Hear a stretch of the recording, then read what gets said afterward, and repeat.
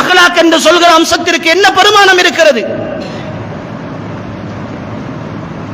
இதனுடைய உச்சகட்டம் எந்த அளவுக்கு என்றால், ஈமானிய சகோதரர்கள் அந்நிய மதத்தவர்களிடத்தில் கூட கடன் வாங்கி கொண்டு, அவர்களிடத்திலே தொழிலுக்காக காசு வாங்கி கொண்டு அவர்களை ஏமாற்றுகிறார்கள். வெளிநாட்டுக்கு அனுப்புகிறோம் என்று பணம் வாங்கி அவர்களிடத்திலே இருந்து லட்சக்கணக்கான காசுகளை வாங்கிவிட்டு தலைமறைவாகி போகிறார்கள். இறுதியிலே பார்த்தால் முகநூலிலே எழுதுகிற மாற்று மதத்தினர்கள் இஸ்லாத்தை கொச்சை கொச்சையாக விமர்சிக்கிறார்கள். ஒரு முஸ்லிம் இப்படி செய்து விட்டான் என்று அது முஸ்லிமுடைய பண்பாக பார்க்காமல் இஸ்லாத்தினுடைய செயற்பாடாக பார்த்து சொல்லுகிறார்கள். அன்புக்குரிய சகோதரர்களே, சகோதரிகளே, தெளிவாக சொல்லுகிறோம். இன்னும் ஒரு உண்மையை தெளிவாக சொல்லுகிறேன் உறவுகளே. உங்களால் இஸ்லாம் ஒரு அங்குலமேனும் வளராவிட்டாலும் கூட இஸ்லாத்திற்கான கெட்ட பெயரை பெற்றுக் கொடுக்கிறவர்களாக நீங்கள் இருந்து விடாதீர்கள். இஸ்லாத்தை குளிதோண்டி புதைக்கிற, இஸ்லாத்தை விமர்சிப்பதற்கு காரணமாக இருக்கிற எந்த ஒரு சந்தர்ப்பத்திலும் நீங்கள் இருந்து விடாதீர்கள். அல்லாஹ்வுடைய பண்பாடுகளை, அல்லாஹ் சொல்லித் தருகிற ஒழுக்கங்களை நீங்கள் குறைத்து மதிப்பிட்டு அதற்காக நீங்கள் செய்வீர்கள் என்றால் நீங்கள் இரண்டு விதமான பாவங்களை செய்கிறீர்கள். நீங்கள் இஸ்லாத்துக்கு மாறு செய்கிறீர்கள், அல்லாஹுக்கு, அல்லாஹ்வுடைய தூதருக்கு மாறு செய்கிறீர்கள். இன்னும் ஒன்று, இஸ்லாத்தை கேவலப்படுத்துகிறீர்கள். இஸ்லாம் அல்லாஹ்வுடைய மார்க்கம் சகோதரர்களே. இது அல்லாஹ்வுடைய தீன். உயிரை விட மேலாக மதிக்கப்பட வேண்டியது, இந்த பூமியில் பின்பற்றப்படுவதற்கு தகுதியானது. ஒவ்வொரு முஸ்லிமினுடைய அடையாளம் இஸ்லாம். இஸ்லாமிய விழுமியங்கள், இஸ்லாமிய பண்பாடுகளை பின்பற்றுதல் தான் ஒரு முஸ்லிமுடைய லட்சியமாக இருக்க வேண்டும், உணர்வாக இருக்க வேண்டும். உயிரோடு, நாடி நாளங்களோடு இஸ்லாமோட வேண்டும். அல்லாஹும் அல்லாஹுடைய தூதரின் உயிரை விட மேலாக நேசிக்கிற சமூகமாக நாம் மாற வேண்டும். அந்த நேசத்திற்காக வாழ வேண்டும், அந்த நேசத்திற்காக பேச வேண்டும், அந்த நேசத்திற்காக உழைக்க வேண்டும், அந்த நேசத்திற்காக குடும்பத்தோடு இருக்க வேண்டும், அந்த நேசத்திற்காக இந்த பூமியை விட்டு மௌத்தாக வேண்டும். உறவுகளே, இதுதான் மிக முக்கியமான விஷயம். இந்த உணர்வு வர வேண்டும் இஸ்லாமிய உறவுகளே. இந்த உணர்வை உள்வாங்க வேண்டும். இது சாதாரணமாக வந்து விடாது.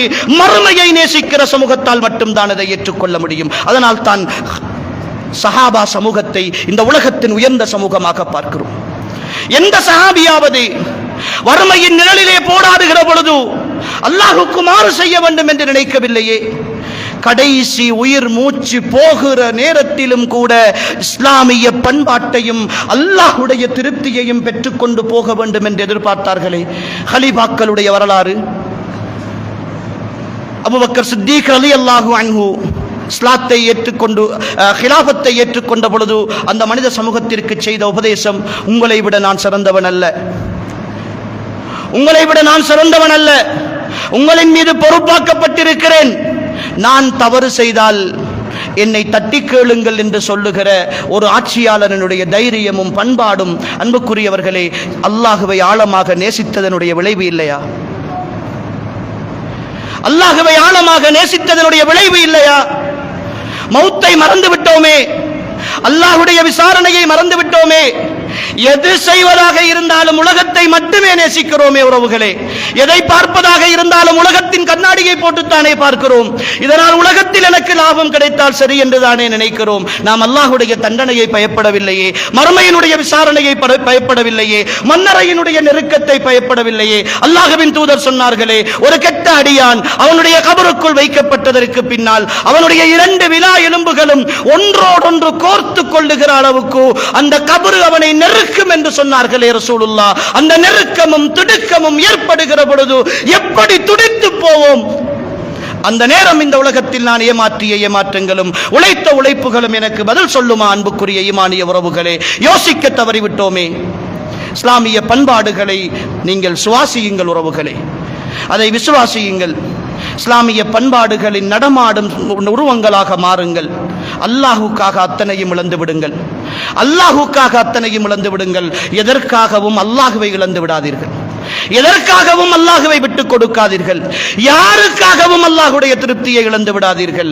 அந்த திருப்தி தான், அந்த அல்லாஹ்வை திருப்திப்படுத்துகிற வாழ்க்கை தான் இஸ்லாம்.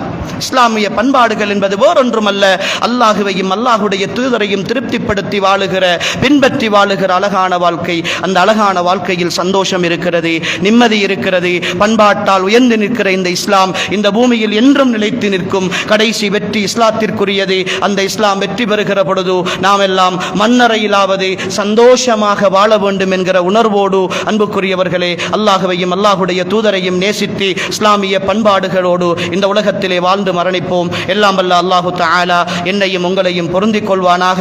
அவனுக்கு கட்டுப்பட்டு வாழக்கூடிய நல்ல மக்களாக வாழ்ந்து இந்த உலகத்தின் உயர்ந்தவர்களாக வாழ்ந்து மரணிக்கக்கூடிய வாய்ப்பையும் பாக்கியத்தையும் அல்லாஹ் நம் அனைவருக்கும் நசீபாக்குவானாக.